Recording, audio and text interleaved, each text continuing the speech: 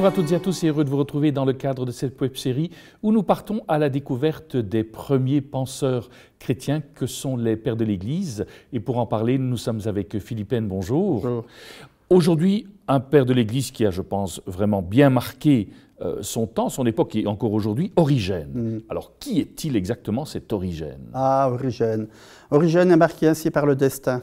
Il est marqué par le destin parce que beaucoup de gens le considèrent comme suspect, puis on ne retient de lui que souvent des côtés très négatifs.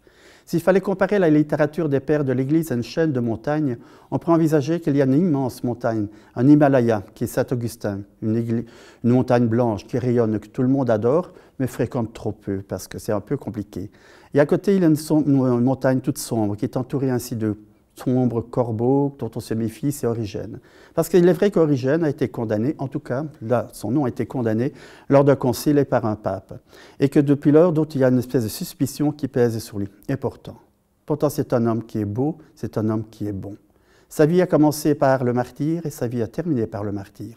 Alors qu'il avait 16 ans, 17 ans, son père est arrêté, torturé, mis à mort. Toute la famille est ruinée et lui doit donc subvenir aux besoins de sa famille, de sa mère et de ses fils, donc de ses frères et sœurs. Et par la suite, à la fin de sa vie, alors qu'il aura près de 75 ans, il sera torturé longuement, mais de manière insidieuse. Pourquoi? Parce que les Romains, les païens, souhaitaient qu'il abjure la foi chrétienne. C'était un homme tellement important, tellement reconnu, qu'il ne fallait pas qu'il meure, qu'il ne fallait pas qu'il survive, et qu'il fallait qu'il abjure la foi. On imagine alors donc les horreurs qu'il a dû subir. Et d'ailleurs, il n'est pas mort sous la torture, mais il est mort 2-3 ans plus tard, des suites de ses blessures. Donc encore une fois, chez Origène, c'est quelqu'un qui sait ce que c'est quand il parle de Dieu, qui sait ce qu'il risque de le faire. Et le fera de manière tellement belle parce qu'il sera très attentif à retrouver la parole de Dieu. C'est lui qui sera le plus grand et le plus fécond exégète de l'Ancien et Nouveau Testament. C'est lui que des pères comme Basile le Grand, Grégoire de Nazianze vont lire et vont relire, même au moment où sa théologie, sa dogmatique sera mise en question. Parce qu'il a vraiment goûté, savouré l'Écriture sainte. Il en a présenté sous 3 sens différents, 3 niveaux d'explication différentes. D'abord, le sens historique, littéral. Oui, ce qui est écrit dans la Bible est vrai. Pourquoi? Parce que c'est inspiré par Dieu et que ce que dit Dieu est toujours utile. Même les phrases les plus stupides, les plus étonnantes, en disant « tiens, et voilà, la troupe se leva et se mit en route ». Mais même à partir de cela, il doit avoir un sens divin. Ce que dit Dieu est toujours utile, au sens littéral, au sens moral et enfin surtout au sens mystique, pour la rencontre de Dieu. Et cela, comment est-ce qu'il évoque cela? Il développe une pensée, il invite à entrer dans sa propre pensée. Comment ça se passe? Donc les 2 premières œuvres qu'on peut dater, ces 2 premières œuvres sont intéressantes et révélatrices. Tout d'abord, c'est un commentaire sur l'Évangile selon saint Jean. Il le fait en réaction contre un commentaire gnostique. Les gnostiques, ce sont ces intellectuels qui disent que bon, la foi c'est bien pour le peuple, mais ce plus intéressant c'est la science. Nous, les gens intelligents, nous savons que la Bible est réservée aux grands intellectuels. La preuve, c'est que tous les titres qui sont donnés pour Jésus-Christ, chacun de ces titres correspond à un esprit intermédiaire entre le Dieu tout à fait spirituel qui ne peut pas se salir avec la matière et avec la création qui va pourrir et moisir.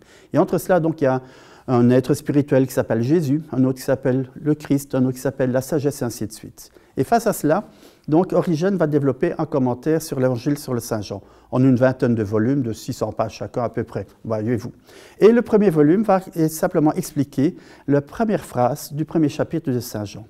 Pourquoi? Parce qu'il va se dire, c'est quoi donner un nom à Dieu? Qu'est-ce que c'est dire un nom? Qu'est-ce que ça veut dire appeler Dieu Seigneur, appeler Dieu Sauveur, appeler Dieu Jésus ou Christ, etc. Et ce sera une magnifique réflexion justement sur la théologie fondamentale, pour nous dire qu'est-ce qu'on peut dire sur Dieu, est-ce qu'on a le droit de le faire?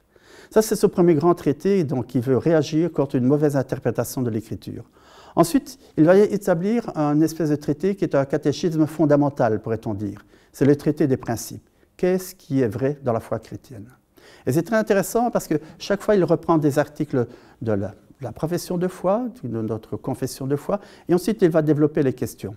Il y a une question d'ailleurs qui va faire hurler les gens 4 siècles plus tard, c'est est-ce que le Saint-Esprit est une créature ou bien est-ce que c'est un enfant de Dieu? Pourquoi? Parce que Jésus, le Christ, est le Fils de Dieu, mais c'est le Fils unique. Or, il y a le Saint-Esprit à côté. Mais donc, si le Saint-Esprit n'est pas le Fils, c'est une créature ou quoi? Or, nous, dans notre mentalité humaine, nous pouvons concevoir le surgissement de quelqu'un que de deux façons, par l'engendrement ou bien par la création. Et voilà pourquoi il va se poser la question, est-ce que le Saint-Esprit est une créature? Et quelle va être sa réponse? Sa réponse est très, très nuancée. C'est un surgissement particulier que saint Thomas d'Aquin va appeler l'aspiration du mot du Saint-Esprit. Non, il est de très belles choses. Il y a deux, trois idées qui ont été condamnées avec raison. C'est l'apocatastase. L'apocatastase, ce n'est pas un médicament, mais c'est simplement la théorie selon laquelle, à la fin du monde, à la fin des temps, tout va être réconcilié, tout va se retrouver dans son état originel. Donc les gens les plus méchants, les plus mauvais, eux aussi vont se retrouver dans leur état de pureté originelle. Même Satan sera sauvé. En fait, et c'est intéressant pour chacun d'entre nous, Origène est comme prisonnier du système philosophique de son époque. Le système philosophique de son époque, c'est le platonisme, en disant que tout a été créé, tout existe depuis toujours, et tout se dégrade petit à petit, mais va retrouver sa forme initiale, sa forme originelle. Tout est beau, tout va retrouver sa beauté initiale. Et d'une certaine manière, donc, Origène conçoit l'histoire de l'humanité de la même façon. Or, nous savons que cette histoire est marquée de rupture. Il y a tout d'abord la création, le péché originel et la chute donc, de la faute, et puis la résurrection du Christ, qui non seulement rétablit la création dans son état originel, mais même la transforme, la transfigure dans un état plus beau encore. Et c'est cette erreur d'Origène, aussi à l'apocatastase, de nous mettre en garde contre une certaine façon que nous avons de parler de Dieu.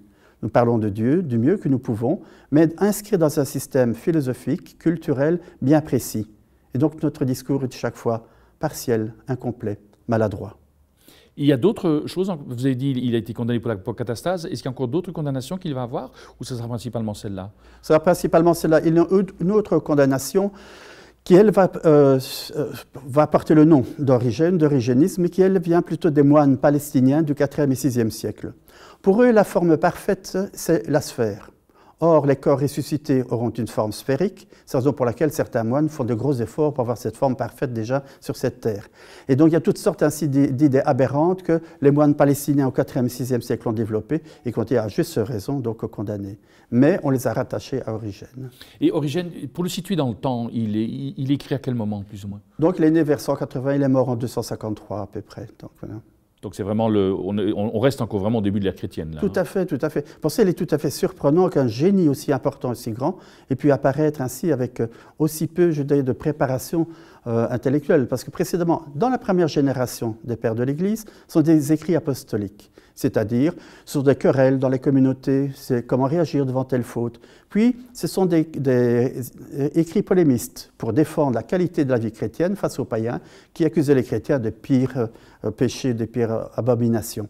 Et puis, brutalement, voilà qu'Origène, un génie universel, peut commencer à réfléchir à partir de la parole de Dieu pour expliquer la beauté de la grandeur de la création humaine et surtout de l'œuvre de salut pour chacun d'entre nous.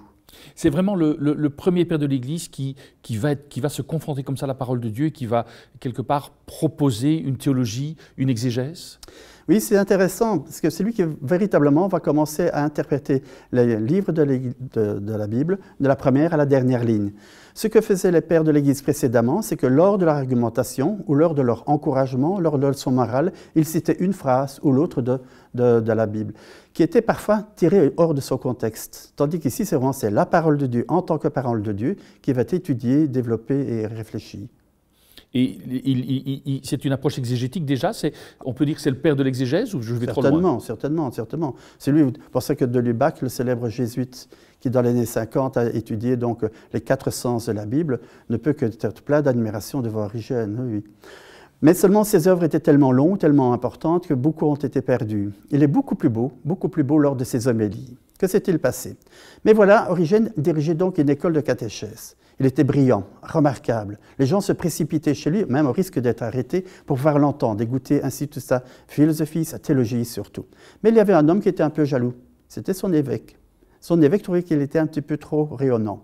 Donc, il a cherché de nouvelles difficultés. Et donc, Origène a dû quitter Alexandrie, le nord de l'Égypte, pour s'installer à Césarée de Palestine, donc dans Israël actuellement. Et c'est là qu'il va développer une école donc, de catéchèse et de théologie, qui sera très belle et très rayonnante pendant 4 siècles et 2 siècles par la suite. Et ce qui est très beau chez Origène, c'est qu'il n'a pas un mot d'amertume. Il était brisé, il était chassé, il était incompris, il était accusé de manière malhonnête, mais il n'a aucune rancune, ni vis-à-vis de son évêque, ni même vis-à-vis de l'institution de l'Église. C'est un grand saint. Merci Philippine. Je rappelle que si vous souhaitez poursuivre votre recherche avec Origène, eh bien c'est très simple, il vous suffit de lire ce livre qui a été écrit par Philippine. Quant à nous, nous nous retrouvons très bientôt à la découverte d'un autre Père de l'Église. Au revoir.